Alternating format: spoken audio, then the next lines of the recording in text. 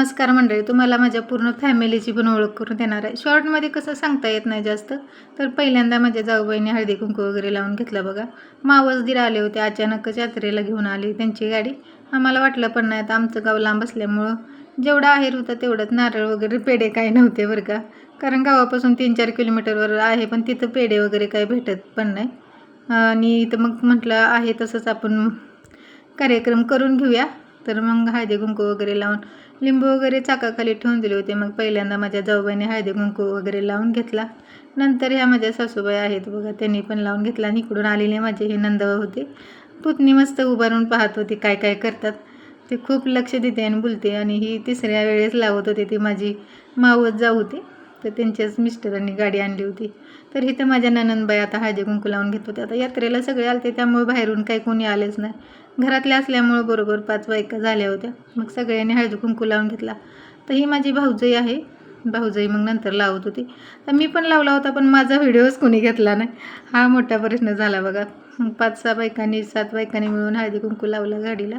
नंतर मग सगळ्या बायकांना पण हळदी कुंकू लावून दिला. इथं ननंद माझी जाऊबाई आणि भाऊजाई उभा होती. मग त्यांनाही सासूबाईने हळदी कुंकू लावला.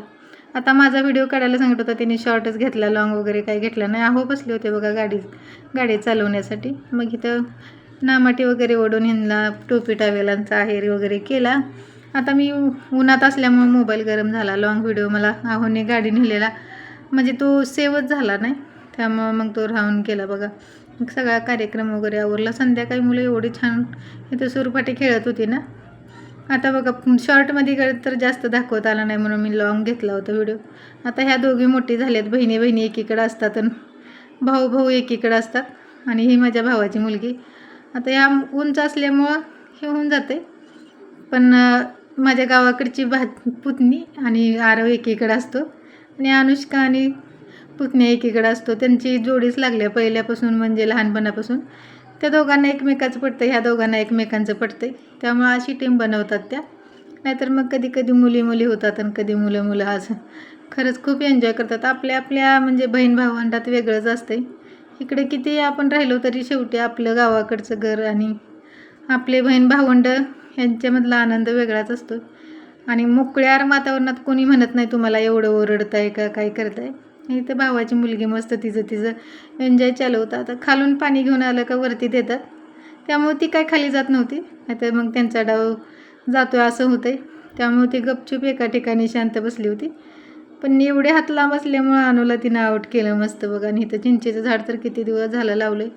उन्हाळ्यामुळं जास्त वाढच होत नाही आणि पावसाळ्यात पण भरपूर पाणी असते, पण खडकाळ आमची रानं असल्यामुळं जास्त झाडांना वाढ नाही. मग इकडं शेड वगैरे शेळ्यांना केलेलं आहे. इकडं आमचं घर आहे बघा, आता पत्र्याचंच आहे. समोर एक कणकी आहे, इकडं लिंबाचं झाड फक्त मोठं आलेलं आहे तेवढं छान. एक दारामध्ये म्हैस आहे. सगळं पावसाळ्यात एवढं छान वाटते ना, सगळं हिरवं हिरवं. उन्हाळ्यात पूर्ण वाळलेलं असते, त्यामुळं खूप हे वाटते. पण गावाकडं खरंच भारी वाटते. आणि बाहेर आम्ही ह्या कट्ट्यावरती सगळेजण मिळून झोपतात.